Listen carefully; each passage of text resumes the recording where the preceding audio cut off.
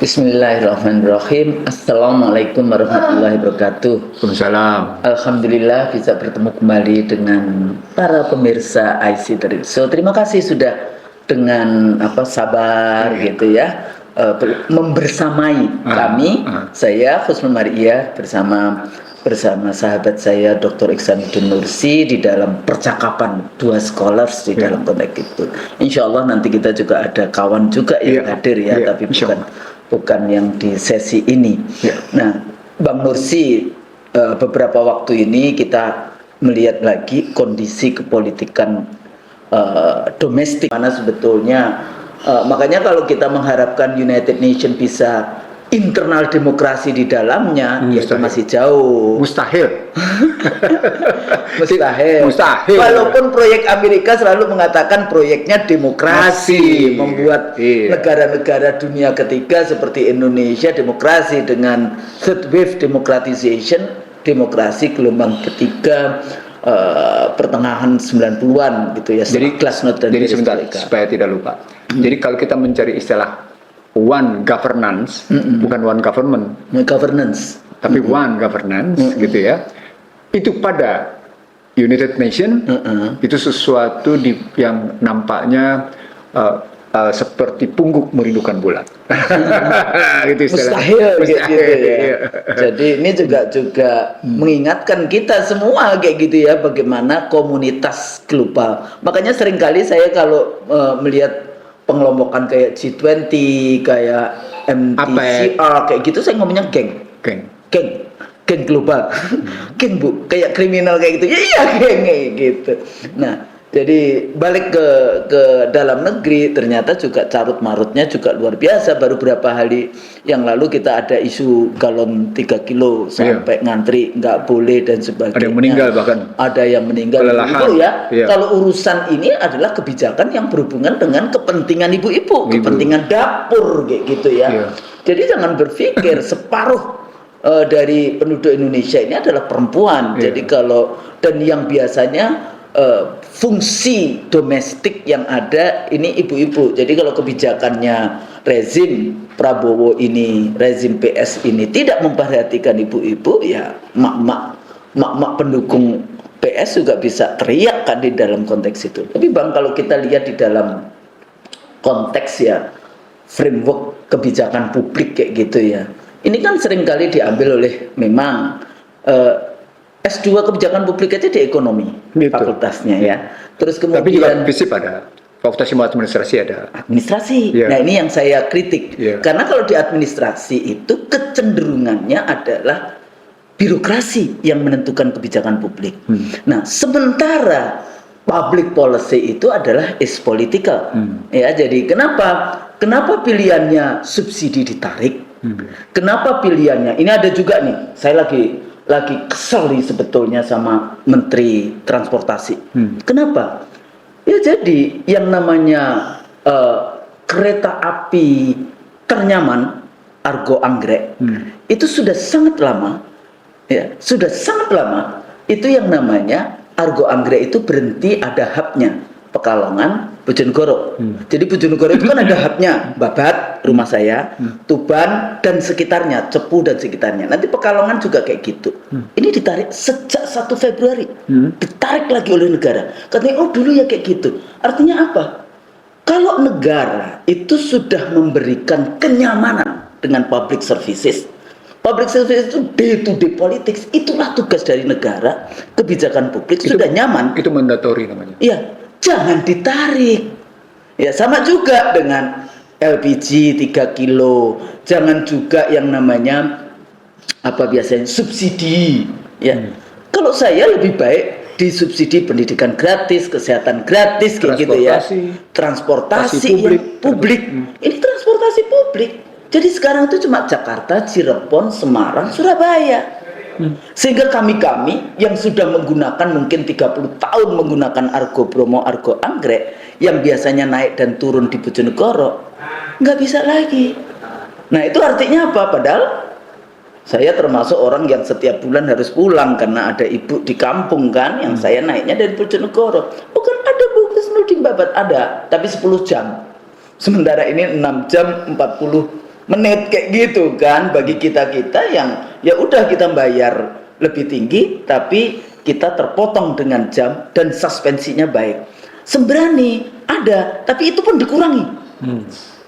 Ya dikurangi, yang biasanya Bojonegoro Lamongan pasti berhenti, sekarang enggak, Bojonegoro berhenti, Lamongan enggak, Lamongan berhenti, enggak tahu Bojonegoro berhenti atau tidak. Nah, berbagai macam kebijakan yang ini Pak Prabowo ya, kita sebagai rakyat jangan terus-menerus lah dibawa ke arah berbagai persoalan. Ini pribadi, tapi menurut saya ini juga bagian dari yang disebut delivery services, pelayanan kepada publik, day to day politics. Nah, yang kemarin juga, tapi ini benar nggak sih sebetulnya? Kita sudah bahas ya sebelumnya tentang pagar laut. Bagaimana laut kita dipagari dengan bambu, ada lagi yang juga tapi ini semua reklamasi. Hampir semua kota-kota pantai itu semua ada reklamasi. Cuma persoalannya siapa yang mendominasi reklamasi di Jakarta? Berarti kan Banten sampai Jawa Barat, DKI ini 3 provinsi. Kalau reklamasi di Palu misalnya, itu Teluk, cantiknya luar biasa. Waktu saya ke sana, ngapain sih reklamasi Teluk yang kayak gini, tanah seperti ini, ngerusak lingkungan, ngerusak flora fauna, ngerusak biological diversity, dan mengembalikan lingkungan seperti itu kan nggak bisa setahun, 2 tahun, 10 tahun, 20 tahun. Itu bisa ratusan tahun yang namanya pengrusakan yang seperti itu. Ya, jadi ada isu galon untuk rakyat, kemudian IKN ditutup, guru-guru ini juga, guru-guru atau dosen ya kemarin itu? Dosen ya? Dosen demo karena nggak ada, ini walaupun saya juga dosen, tapi ya secara kelembagaan ya wajar saja mereka mempertanyakan itu. Karena kan kadang-kadang kalau kita lihat ya, dosen misalnya, dosen ini kan ada, misalnya kalau profesor tuh Bang, itu ada dana yang diberikan kepada profesor, makanya orang bagaimana caranya bisa mendapatkan profesor karena nanti gajinya ditambahkan. Kayak gitu kan. Tapi apakah gaji ditambahkan kemudian beban ditambahkan? Enggak. Jadi nggak fair juga. Di departemen-departemen, coba dicek ya yang dosen-dosen di departemen-departemen Anda. Apakah Anda yang doktor yang mungkin nggak pernah naik pangkat, kemudian dengan yang profesor, beban kerja mengajar itu lebih banyak siapa? Beban kerja membimbing itu apakah kemudian kalau profesor, apalagi kalau kemudian merasa sudah profesor kemudian ngajar juga, aduh sakit deh saya pulang ya, yang kayak gitu-gitu bagaimana? Jadi ini juga persoalan-persoalan etik, persoalan-persoalan kalau kita moralite, persoalan-persoalan kalau kita bicara tentang integriti ya, akhirnya memang di dalam konteks itu. Nah, di dalam konteks kalau kita lihat isu-isu yang tadi ya, pagar laut, galon, IKN, isu-isu tentang kenaikan pajak kenaikan PPKB dan sebagainya. Tapi ini kan rentetan.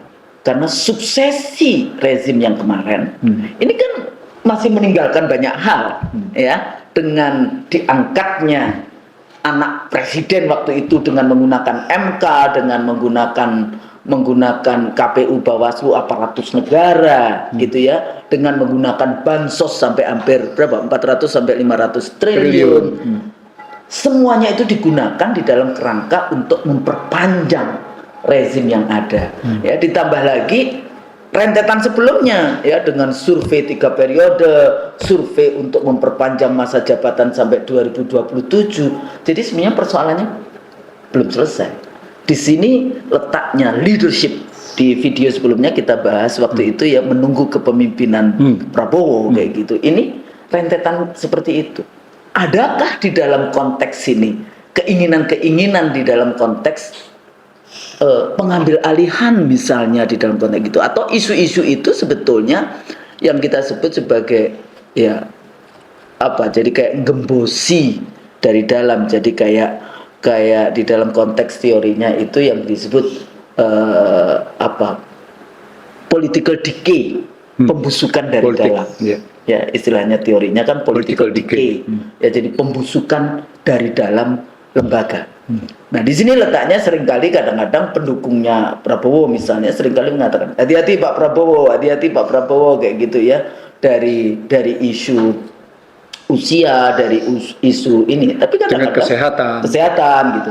Walaupun seringkali juga pendukungnya juga agak terlalu ini ya, oh iya Pak Prabowo luar biasa di dalam konteks pidato-pidatonya. Ya iyalah, itu kan nggak usah dipuja-puji. Ya memang berbeda. Yang satu nggak enak juga yang ngomong. Yang satu ijazahnya apa sih sebetulnya, insinyur atau dokter Andes kayak gitu kan. Yang satunya lagi memang track recordnya jelas di dalam konteks itu. Jadi kalau bicara tentang orasinya, bicara tentang substansi orasinya baik dalam negeri maupun di internasional, ya iya. Itu nggak usah diperdebatkan, nggak usah dibandingkan di dalam konteks itu. Tapi itulah demokrasi.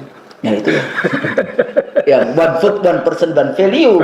Jadi ini juga persoalan kadang-kadang kita membaca demokrasi seperti membaca ayat-ayat Al-Quran, padahal ini bikinan manusia saja kayak gitu ya.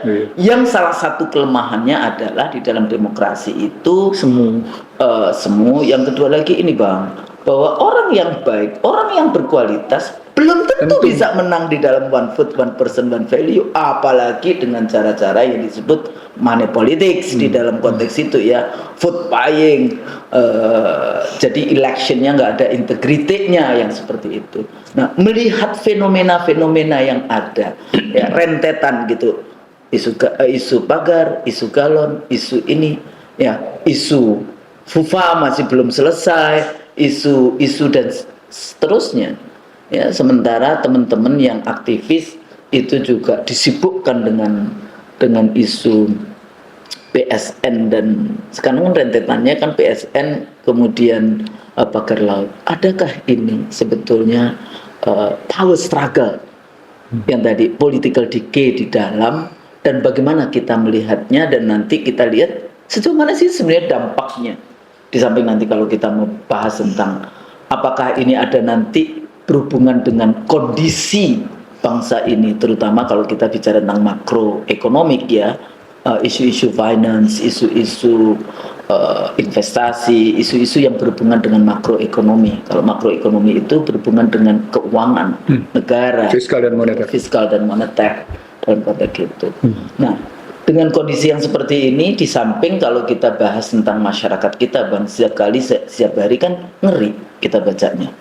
Keluarga bunuh diri sekeluarga kayak gitu kan, karena isu-isu yang ada judol segala kan, judi online, pinjol dan sebagainya kayak gitu ya. Kemudian perempuan dibunuh yang kemarin itu, dipotong-potong dan sebagainya. Apa yang sebetulnya terjadi di negeri kita, dan bagaimana kira-kira kita mau membahasnya kira-kira yang seperti itu, dan nanti juga pemirsa bisa juga terus-menerus mengikuti bahasan kita supaya kita lebih waspada dengan apa yang terjadi. Sejak Prabowo bilang dia akan memburu koruptor ke Antartika, tapi ternyata koruptornya di depan mata, dia tidak bikin apa-apa, orang langsung berkesimpulan, oh ini ada persoalan ancaman kudeta. Kenapa? Karena tadi Hussein menggunakan istilah political decay. Si koruptor adalah a part of power delegitimation. Ya kan? Koruptor, corruption, power tadi, a part of political decay, sebagai pembusukan dari dalam, bagian dari power delegitimation, delegitimasi kekuasaan yang sah, yang legal. Kalau itu terjemahannya, maka sesungguhnya muncul pertanyaan, apa Prabowo memang tidak punya nyali menghadapi isu-isu yang jelas-jelas secara hukum itu sudah memenuhi prinsip untuk diproses secara hukum gitu, misalnya. Contoh sederhana, paling tidak kita ngelihat di sini, sebelum kita ngasih contoh, paling tidak kita lihat di sini ada 6 masalah. Pertama, sejak awal ribut soal FUFA yang tidak selesai. FUFA dibiarkan terkatung-katung. Yang kedua, darurat korupsi yang tidak jelas tindakannya maunya kemana. KPK yang sekarang sekedar melanjutkan isu lama. KPK seolah-olah menyelam dalam kasus-kasus lama seperti kasus Rita Widiasari yang terus diuber siapa-siapa pihak terlibatnya, sehingga rumah Yapto Suryo Sumarno digeledah didapatkan beberapa mobil dengan uang yang 54 miliar gitu ya. Itu bukti darurat korupsi, tapi darurat korupsinya yang eksesnya tidak berjalan, cuma yang isu-isu lama yang terus.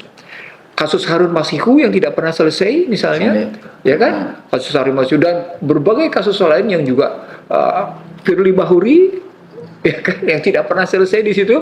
Kasus buku merah yang hilang tenggelam gak karu-karuan. Dan orang ingat semua itu. Dan masih berkuasa itu semuanya, gitu ya. Makanya Indonesia masuk dalam posisi darurat korupsi. Ini sebenarnya bagian dari kita kemarin bicara sebelumnya, krisis bernegara. Krisis bernegara. Nah, coba kita jawab dalam perspektif apa yang menjadi penyebab bernegara? Ya penyebabnya tadi kita bilang kasus Fufu Fafa, kasus korupsi. Nah, yang bawa bilang akan kejar sampai ke Antartika. Lalu berikutnya kita bisa lihat kasus bagaimana pagar itu hiperbol itu mau benar mau ke Antartika disebut, artinya dimanapun ini sejauh Antartika pun akan di kalau kita mau menggunakan, saya setuju itu sebagai hiperbolik, tapi penerjemahan konkretnya kan pada tindakan, bahwa Anda akan memburu siapapun. Iya, betul. Anda akan jadi kalau ada koruptor di depan mata, ya Anda tidak perlu juga berupaya sampai, katakan kemarin yang soal EKTP ketangkap lagi, jadi Singapura itu gitu. Ini kan akan melibatkan banyak pihak. Apa iya memang kasus, jadi begini istilah saya, dive in corruption problem, menyelam dalam korupsi, dalam masalah-masalah korupsi, itu sebenarnya tidak menyelesaikan akar masalah. Menyelesaikan masalah. Tapi statementnya, pidatonya mengatakan udahlah kembalikan duitnya nanti kita ini. Itu yang dibilang memaafkan, itu yang tidak menyelesaikan jalan keluar, itu tidak memberikan jalan keluar. Karena problematiknya bukan di situ, problematiknya di sistem. Problematiknya di aktor. Jadi dua, ini yang kita sebut sebagai krisis. Lembaga dan aktor. Kita sebut sebagai prahara. Nah, ini bagian dari prahara. Ketika sistem dan aktornya terkena, ini bagian dari prahara. Dan bagian dari prahara yang sudah mengakar, itu masalahnya. Makanya kita bilang itu prahara. Kalau dalam buku saya baca ya, Prahara Bangsa barunya Bang Nursi. Itu jelas, apalagi pejabat tidak malu-malu gitu ya. Dia adalah penguasa tapi juga dia sekaligus pengusaha. Itu kacau di situ, gitu kacau betul itu. Iya, itulah dampak dari pilkada itu salah satu. Dampak dari Undang-Undang Dasar 2002. Oh iya. Tapi tidak hanya cuma pilkada, karena kabinet juga sama aja, presidennya juga sama aja. Itu karenanya kekacauan peranan dalam panggung publik. Itulah makna sesungguhnya tidak bisa dilanggarnya berkat rahmat Allah yang Maha Kuasa dan didorongkan oleh keinginan luhur. Pengertian didorongkan oleh keinginan luhur, subjektivitas Anda harus Anda tinggalkan dan tanggalkan. Subjektivitas diri kita, apapun kita harus tanggalkan. Kita terfokus pada objektivitas kita. Apa objektivitas kita? Visi misi. Konstitusi. Iya.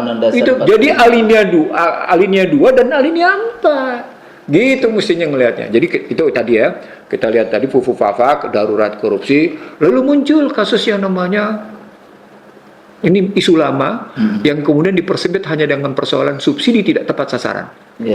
Subsidi tidak tepat sasaran itu kan bukan hanya bicara soal gas. Negara memang punya tanggung jawab berdasarkan pasal 23 bahwa APBN untuk menyejahterakan, bahwa sumber daya dan produksi untuk menyejahterakan. Jadi ketika Anda menyebut subsidi salah sasaran, Anda sedang secara tidak malu-malu, hei pemerintah, Anda sedang tidak malu-malu sedang menerapkan yang namanya sistem ultra neoliberal yang berdampak pada ultra modern slavery system.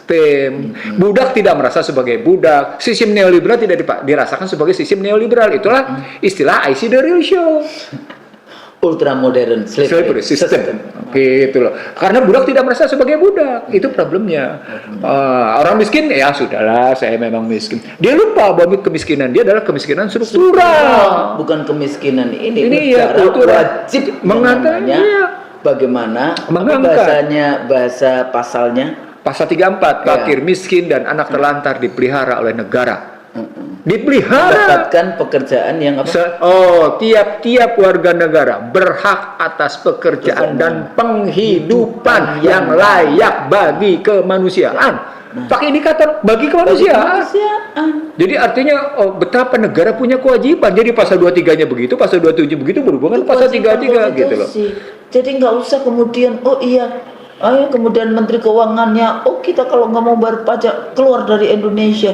Supaya kenapa kemudian harus dinaikkan supaya rakyatnya itu bisa mandiri ya.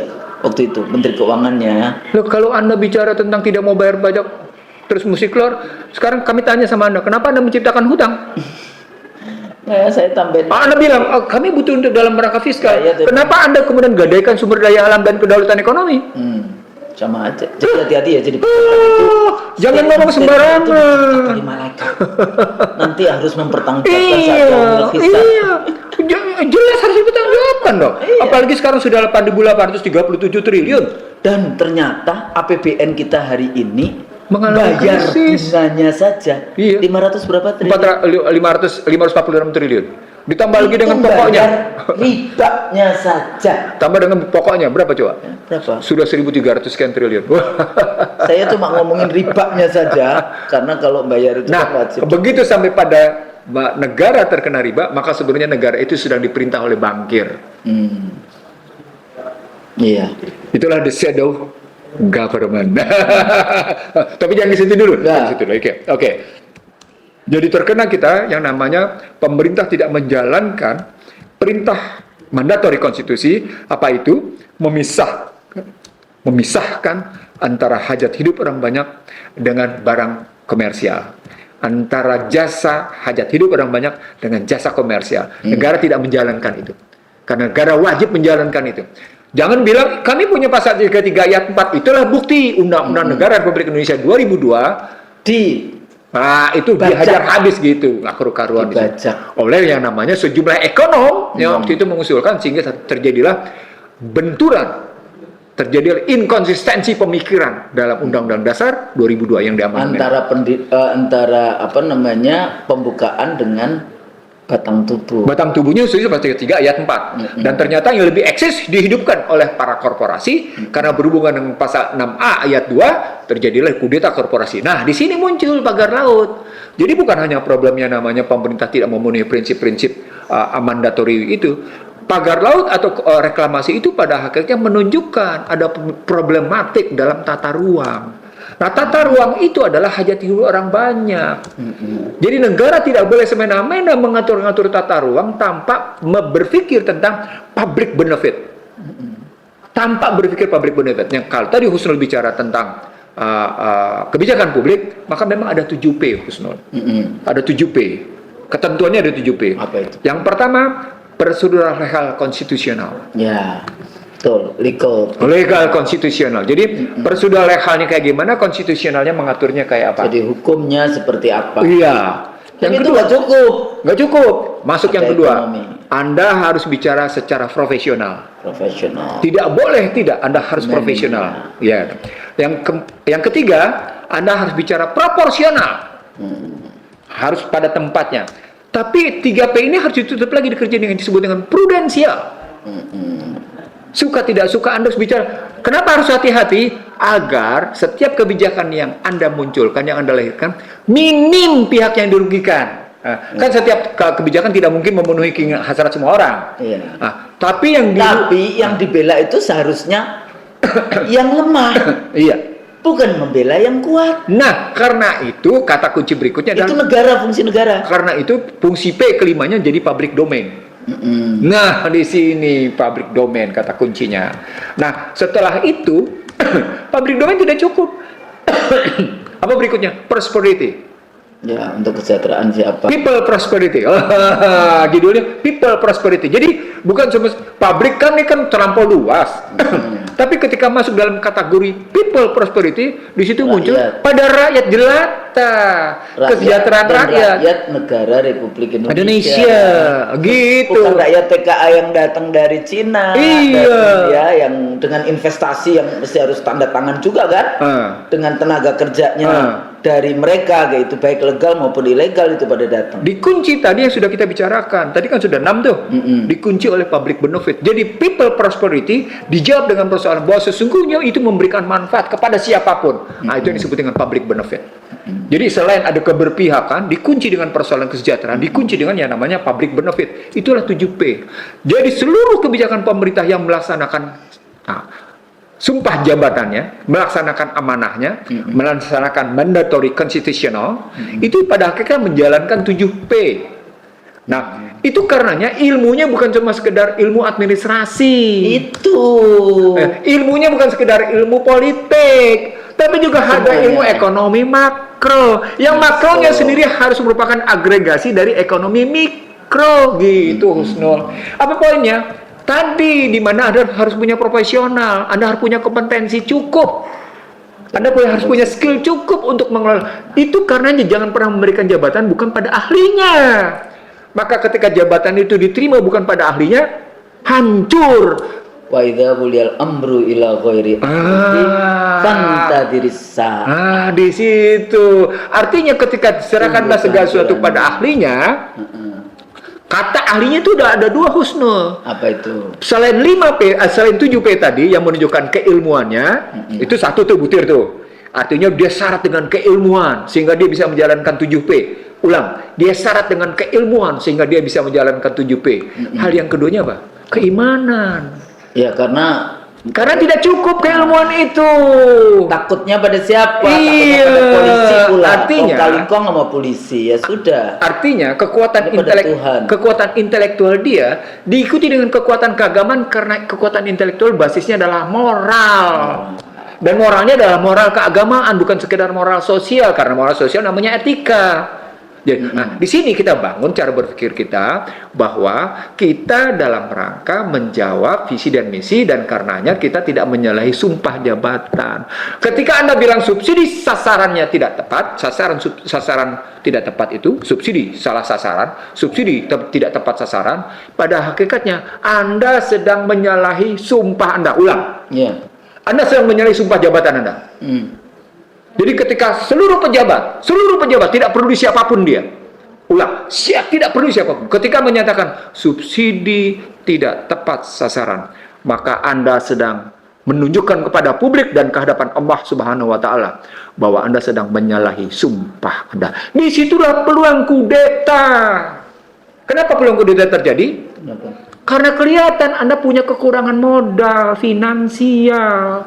Maka modal finansial melakukan invasi.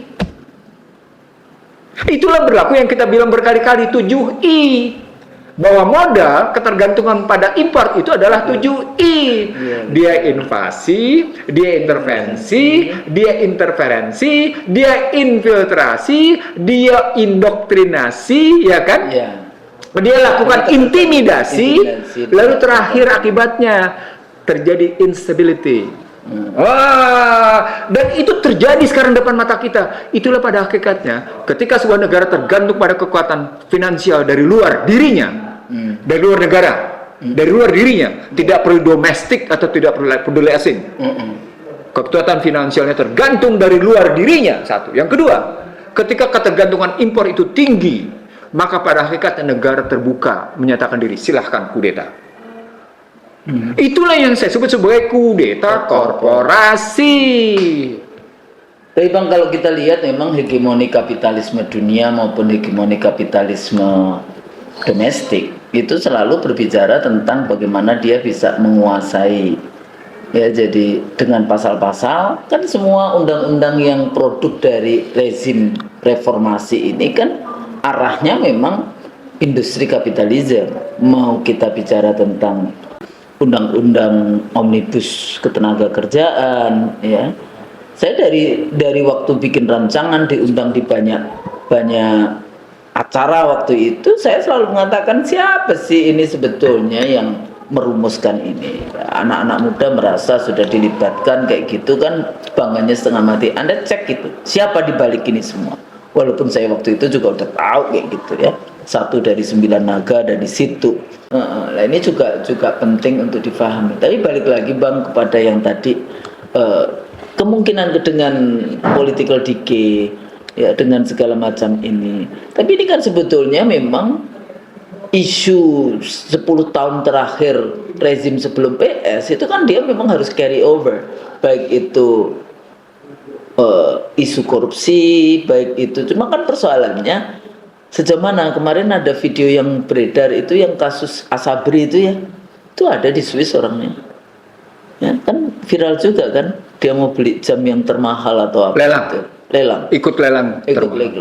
Nah, jadi kalau kita lihat dengan kasus carry over yang waktu itu juga sudah kita bahas kayak gitu, sebetulnya apakah kita tidak memberikan waktu kepada PS untuk apa ya, merumuskan langkah-langkah itu? Orang kan kalau pendukungnya kan selalu mengatakan, oh ya Pak PS kan ahli strategi, tapi kadang-kadang kok blatter. Oke. Sekarang pertanyaan begini. Iya. Kita tadi sudah sampai 3 masalah. Kita ngakui bahwa kita darurat korupsi. Ya, betul. Kita ngakui bahwa kita darurat narkoba. Ya, drug. Kita darurat korupsi. Bahkan LGBTQ juga. Itu saya menyebut rentetan. Dia bagian dari yang disebut dengan social distrustnya tinggi.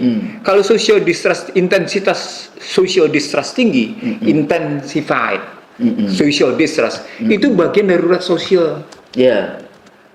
Itu bagian dari Husnul gitu. Jadi ketika orang sudah kehilangan rasa untuk berbagi satu sama lain dan peduli dengan dirinya sendiri, itu bagian dari yang namanya darurat sosial, Husnul. Nah, itu yang disebut dengan luluhnya modal sosial. Jadi kita mengalami darurat korupsi, kita mengalami darurat narkoba, tambah sekarang kita mengalami krisis fiskal. Apa indikatornya? Dicabutnya sejumlah anggaran penghematan sebesar 306 triliun sampai 309 triliun gitu, angkanya saya tidak tahu persis, tapi sekitar 36 sampai 39 yang berdampak pada ASN. Gajinya terkena. Nanti katanya nggak dapat gaji 13, nggak ada lebaran, nggak ada, terus dolim terus ya. DPD aja anggaran terkurangi sampai 511 miliar. Padahal MPR nggak dikurangi, DPR tidak dikurangi, KPK tidak dikurangi, gitu kan? Tapi DPD bisa dikurangi karena DPD menyatakan kolaborasi dengan pemerintah. Istilah ini tidak mengerti konstitusi. Istilah ini melanggar konstitusi. Emang dia departemen bisa kolaborasi? Dia dewan kok. Dewan. Parlemen. Parlemen ini. Kalau parlemen itu to control. Bukan to collaborate. Iya. To control dengan pemerintah. Yang kedua to legislate. Iya, benar. Yang ketiga budget. Iya, tapi akibat dia bersedia ready and willing and dare to be a collaborate with the government gitu ya. So they got the cutting from the fiscal, the allocation, the budget. Kan ngeri kayak gitu. Oke, itu gambaran krisis fiskal yang Tapi gajinya pimpinan nggak dikurangi kan? Saya nggak tahu. Saya tidak tahu itu. Saya cuma ingin mengatakan ada kesalahan. Kadang-kadang di dalam konteks kelembagaan, selama kepentingan individunya nggak terkurangi, kadang-kadang kan dia cuek, nggak mikirin lembaga. Enggak, saya ingin mengatakan begini, Husnul, ke pemirsa Shidri Show. Para pejabat ini nih, tanpa malu kompetensinya kurang, sesungguhnya sedang menjalankan krisis konstitusional. Tanpa malu menunjukkan kompetensinya, Husnul. Itu yang kata kuncinya. Eksekutif maupun legislatif. Iya, dua-duanya. Nggak cuma legislatif, tapi eksekutif juga. Kebayang nggak bagaimana yudikatif bisa memberhentikan yudikatif? Legislatif bisa memberhentikan. Ini kan kacau, separation of power-nya kacau. Itu yang saya sebut sebagai betapa Undang-Undang Dasar 2002 itu tidak punya aplikasi ke dalam struktur dan mekanisme pembagian kekuasaan. Nggak jelas sama sekali. Coba bikin, Anda punya tata urutan perundang-undangan, tapi ketika diaplikasikan dalam struktur kekuasaan, struktur dan mekanisme kekuasaan, itu nggak jelas itu. Akhirnya, parlemen hanya digunakan sebagai cap legitimasi. Lalu parlemen ketika bersuara kritis dibungkam. Membungkam suara kritis. Diberhentiin, diteror. PAW. Bukan, diteror dulu masuk BKD, masuk Badan Kehormatan Dewan. Atau kemudian dikoruptorkan. Iya, udah dikoruptor itu. Enggak cuma dikoruptorkan, seluruh, makanya hati-hati nih, semua pejabat nih ya. Hati-hati, Anda punya rekod apa? Isu harta takhta dan wanita, harta takhta dan seks ya, nggak cuma wanita, ini dipegang sehingga itu akan dijadikan alat untuk meneror itu tadi. Sebentar, kita melihatnya bahwa memang seakan-akan kudeta sedang membayang-bayangi Prabowo Subianto. Karena dianggap tidak mampu. Makanya kita bertanya tentang format kepemimpinan Prabowo Subianto. Saya ulang, kudeta seolah-olah sedang membayang-bayangi Prabowo Subianto. Nah, kalau ini seakan-akan saya pakai kata-kata seakan-akan membayang, walaupun kemudian di media sosial kata-kata seakan-akan itu tidak ada. Kudeta Prabowo Subianto itu sudah di depan mata, gitu. Saya enggak, karena saya percaya masih ada cara kita. Masih ada cara kita mengatasi. Jadi di sini sesungguhnya IC Derisio bukan menawarkan pemikiran pesimis. Ratusan konsep berpikir dari IC Derisio itu menawarkan pemikiran kritis yang optimis. Gitu sebenarnya. Nggak ada cerita putus asa. Sudah harus dari leadership ya exercise leadership Anda dengan baik. Kalau saya mengikuti hampir semua diskusi-diskusi strategik gitu, Husnul ya, saya ikuti. Mereka sepakat dengan tesis yang kita bangun. The last problem, gitu ya. The latest problem, gitu ya. Itu leadership, kata kunci. Selalu kita bicara leadership. Leadership. Karena Andalah yang kemudian membawa arah dari bangsa ini sebagai driving force-nya kayak gitu. Nah, itu makanya dalam teorinya Ihsanuddin Nursi dalam kerangka modal sosial, saya tidak hanya melihat soal nilai, komitmen, trust dan social network atau jejaring. The last leadership. Itu teori modal sosial yang saya bangun dalam disertasi saya begitu gitu ya. Nah, karena itu supaya kita tidak dibayang-bayangi oleh kudeta, tapi langsung menempel dikontrol oleh konstitusi, maka Anda harus paham betul konstitusi yang Anda pegang itu apa. Ini persoalan Pak, kelemahan dari semua pejabat di Indonesia. Semua loh ya. Saya bisa klaim itu semua. Pernahkah para pejabat itu, baik legislatif maupun eksekutif, di dalam setiap argumen, di dalam setiap kebijakan, dia itu menggunakan yang namanya kerangka konstitusi. Dia itu sedang mengimplementasikan pasal konstitusi yang mana? Menjadi bagian yang sangat penting di dalam diskursusnya, menjadi bagian yang sangat penting di dalam diskursnya. Kan nggak ada. Oke, saya ingin menjawab omongan Husnul. Tahun 82-83, ketika saya berada di sebuah media, kepada seorang menteri yang disebut kategori cerdas, gitu ya, saya sedang bertanya 3 hal. Bahwa sistem neoliberal yang sudah Anda mulai terapkan, kan itu sudah masuk era Reagan Thatcher kan? Makanya Reaganite dan Thatcherite istilahnya. Itu 80-an, pertengahan 80-an, awal sampai pertengahan 80-an. Makanya saya ngomong tadi 82-83. Kepada menteri yang bersangkutan saya bilang, ketika Anda menerapkan sistem neoliberal, maka Anda sedang mendegradasi nasionalisme. Ketika Anda menerapkan neoliberal, maka Anda sedang meluluh lantakan patriotisme. Itu ya? Itu 3. Ketika Anda sedang melakukan neoliberalisme, maka Anda sebenarnya sedang membuka diri untuk didominasi pihak lain. Jadi bikin karpet merah, monggo, silakan merusak negara. Usul percaya nggak? Itu 82-83 saya ngomong kayak gitu. Ditolak oleh menteri itu. Saya nggak usah sebut siapa namanya. Tapi 94 kemudian, tahun 94, dengan gagah gitu dia tampil di muka publik dalam sebuah seminar bahwa kita sedang mengalami krisis nasionalisme, bahwa kita sedang mengalami krisis patriotisme. And you already speak like 15 years before. Ya sudah ngomong 15 tahun yang lalu gitu. I said so kayak gitu. I told you so kayak gitu. Justru saya tanya di forum itu, bukankah Anda sudah saya ingatkan? Iya, ini yang saya mau jawab. Iya, tapi kan Anda bukan siapa-siapa, saya menteri. Nah, yang saya mau bilang sama Husnul adalah apa yang khusus bilang tadi tentang betapa pentingnya para pejabat di eksekutif dan di legislatif untuk memahami konstitusi, itu mereka tidak peduli. Kenapa? Karena mereka bilang Husnul siapa, Ihsanuddin Nursi siapa, gua kan menteri. Ya tapi kan nggak apa-apa kalau kita sih bukan kita nggak apa-apa, tapi itu keangkuhan kekuasaan. Saya mau bilang begini Husnul, saya tersenyum ketika saya berhadapan dengan seorang jubir kepresidenan, ketika saya sebut tentang betapa pentingnya soal subsidi gas, subsidi minyak gitu ya. itu memperbaiki undang-undang migas yang Anda tidak pernah selesaikan. Betapa pentingnya Anda kembalikan ke dalam pasal 33. Bengong dia. Betapa pentingnya Anda bicara tentang PP, tentang pendistribusian. Ya itu lagi. Tapi mereka itu cuma pakai yang pasal 33 ayat 4-nya demokrasi. Artinya wajah demokrasi di dalam ekonomi itu namanya wajah kapitalisme, liberal dan neoliberal. Jadi kalau kita bicara tentang liberal neoliberal itu wajah politiknya demokrasi, wajah ekonominya kapitalisme. Wajah sosialnya individualisme. Iya, karena itu gini Husnul, saya kenapa akhirnya Prabowo sendiri saya lihat dalam sebuah situasi yang menyedihkan. Apa yang saya sebut sebagai menyedihkan? Kok dia bisa dituding oleh masyarakat sebagai perpanjangan Joko Widodo? Satu. Apa indikatornya? Ya kan sejumlah kabinetnya adalah itu yang sebagai satu indikator mesin politik dalam konteks political decay, pembentukan politik. Terjawab sudah, terjawab. Kalau sudah terjadi political decay, bukankah itu bagian dari kudeta? Iya.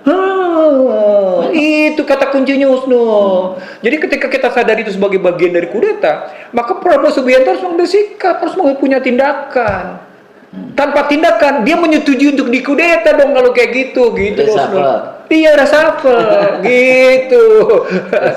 Tapi kalau reshuffle yang kemudian rekrutmennya juga cap cip cup. Nah, kalau kita menggunakan bahasa sederhana, kan Husnul menggunakan 3 istilah.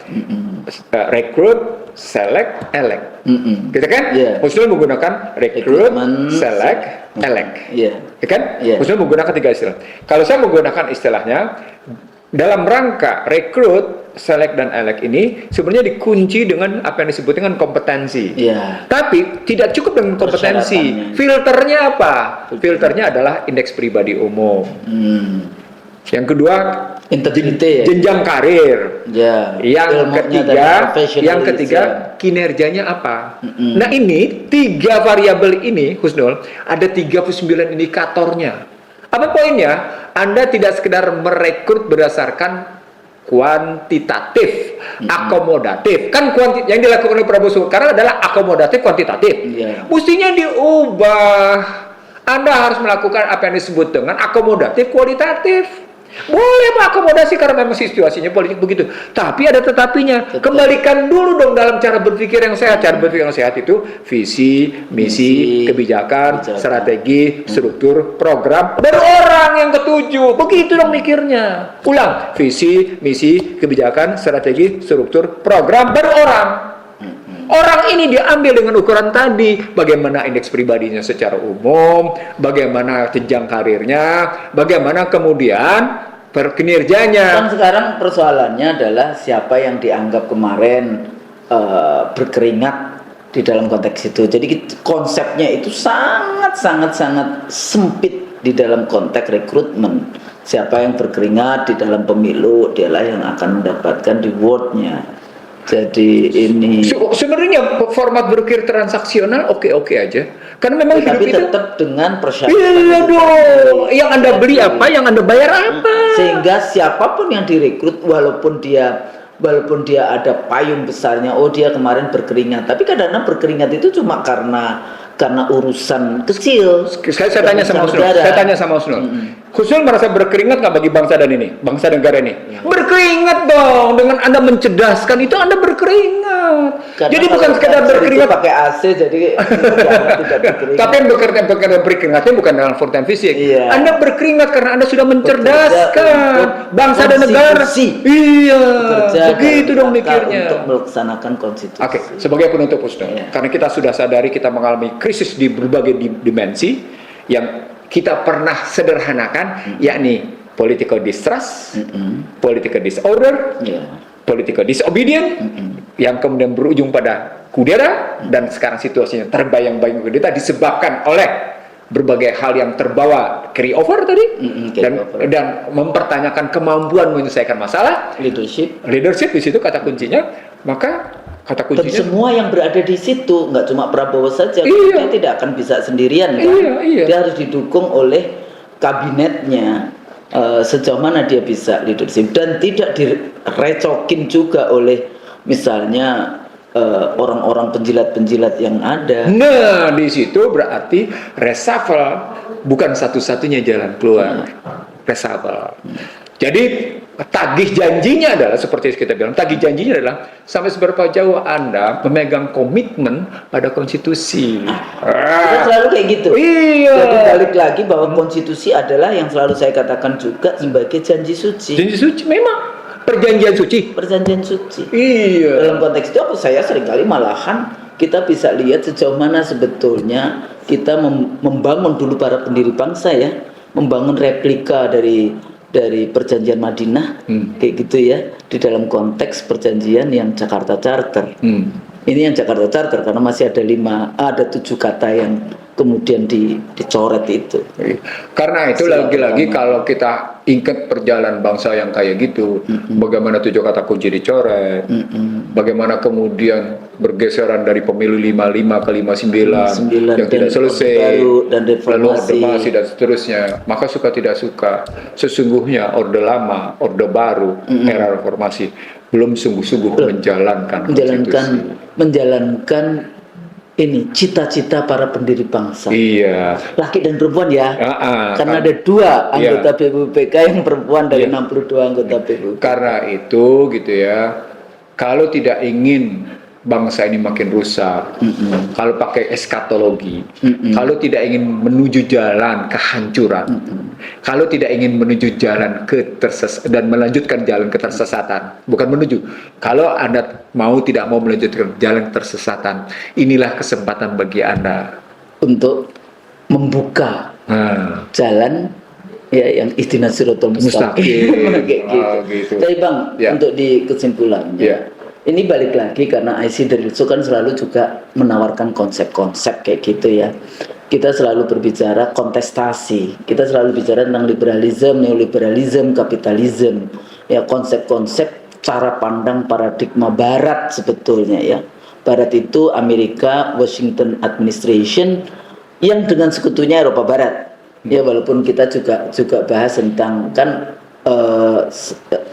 pilar-pilar itu dengan Moskow dan Beijing, tapi yang negara-negara dunia ketiga, yang Muslim country seringkali kita tidak bahas. Nah, di dalam kenapa sebetulnya kontestasi peradaban, kalau tadi eskatologis, kontestasi peradaban ini menjadi semakin menarik nanti, ya sejauh mana nanti diskursus yang kita bangun dalam konteks. Kenapa sih Barat kok sebel banget? Ya 9/11, kemudian war on terror, deradikalisasi, Islamofobia larinya ke arah sana.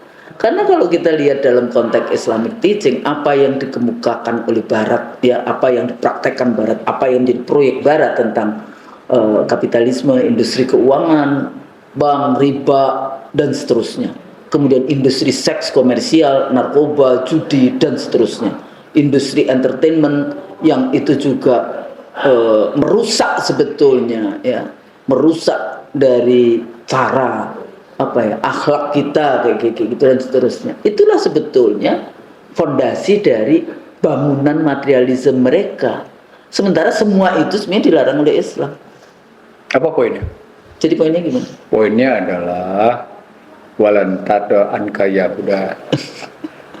Sebelum Yahuda wa Nasor. Sebelum ala milat tatabin ala milatahu. Walantada anka Yahuda wa Nasora. Tetapi tidak akan rela sebelum kalian ngikuti sampai dengan ke lubang 3 sekali. Apa poinnya? Seperti yang dikemukakan oleh Peter Hegseth, bahwa American Crusader itu akan terjadi. Peter Hegseth menulisnya American Crusader 2020. Nah, di dalamnya itu tentang bagaimana American Crusader itu perang salib. Itu sebenarnya bisa dilihat pada Al-Baqarah 120. Artinya kalau khusus sampai di situ, bangsa ini adalah bangsa yang menawarkan perdamaian dunia. Jangan pernah bicara perdamaian keluar. Kau di dalam saja Anda tidak berdamai. Pancasila itu Masya Allah. Nah, karena itu saya mau bilang nih Husnul nih sebagai pendosen, karena sekarang posisinya dibayang-bayang Kedeta, itu kan artinya konflik. Iya. Tidak ada chaos yang kita selalu bahas itu. Iya, maka Prabowo harus menyiapkan jalan keluar dari sebuah ketersesatan. Penguatan itu tadi, penguatan yang harus dilakukan kayak gitu. Jadi jangan cuma sekedar siapa menjilat kemudian dikasih reward. Iya. Jadi artinya sebagai penutup, saya ingin berbagi pada pemirsa IC Daily Show bahwa kudeta bukan hanya fisik sesungguhnya. Enggak. Bisa juga kudeta pemikiran. Yang terjadi 2002 itu kudeta pemikiran. Betul. Kudeta konstitusional. Itu terjadi. Nah, ternyata setelah muncul kudeta konstitusional terhadap Undang-Undang Dasar NKRI yang kemudian menjadi Undang-Undang Dasar NRI, tidak hanya dibuang gitu ya. Dia terus-menerus mengalami kudeta yang disebut dengan kudeta sosial, disebabkan oleh kekuatan kudeta korporasi dan ekonomi. Iya, kudeta korporasi. Korporasi itu tadi. Nah, ini yang wajib diselesaikan oleh siapapun yang punya sumpah jabatan. Karena kata-katanya adalah demi Allah saya bersumpah, kan begitu. Memegang teguh konstitusi dan menjalankan seluruhnya perundang-undangan. Konstitusi mana yang Anda pegang? Konstitusi mana yang Anda pegang? Gitu. Kalau kepakai konstitusi Negara Republik Indonesia 1945 yang berarti Undang-Undang Dasar 2002, ya Anda sedang menjalankan ketersesatan. Ya, itu ya. Ketersesatan. Jadi. Dan dengan kudeta akan terus terjadi. Dan itu diindikasikan adalah kekuatan modal menentukan kemana perjalanan bangsa ini. Itu yang mesti diatasi. Jadi kudeta bisa diatasi jika kudeta finansial, kudeta korporasi itu ya diatasi. Sepanjang itu tidak bisa diatasi, maka kudeta korporasi, maka kudeta konstitusi akan terus-menerus berjalan terhadap siapapun yang berkuasa. Kenapa? Karena kekuatan modal yang menentukan. Nah, itu kata kuncinya. Tapi itu sebenarnya tesisnya Marx. Nah, mode of production. Siapa yang menguasai mode of production? Dia akan menguasai. Kalimatnya production, artinya pada barang. Sebenarnya semuanya. Iya, pada barang. Nah, tesis Marx gini. Saya ingin mengatakan, ini menarik kalau sudah sampai di sini. Khususnya memancing pemikiran saya untuk protes terhadap cara berpikir Marx. Marx itu mencoba ngebangun sosial di satu sisi dengan mengatakan kapitalisme akan hancur. Ya, tapi diperpanjang dengan kolonialisme. Tetapi sesungguhnya ketika kalau Marx itu melihatnya secara fair tentang kekuatan produksi, gitu ya.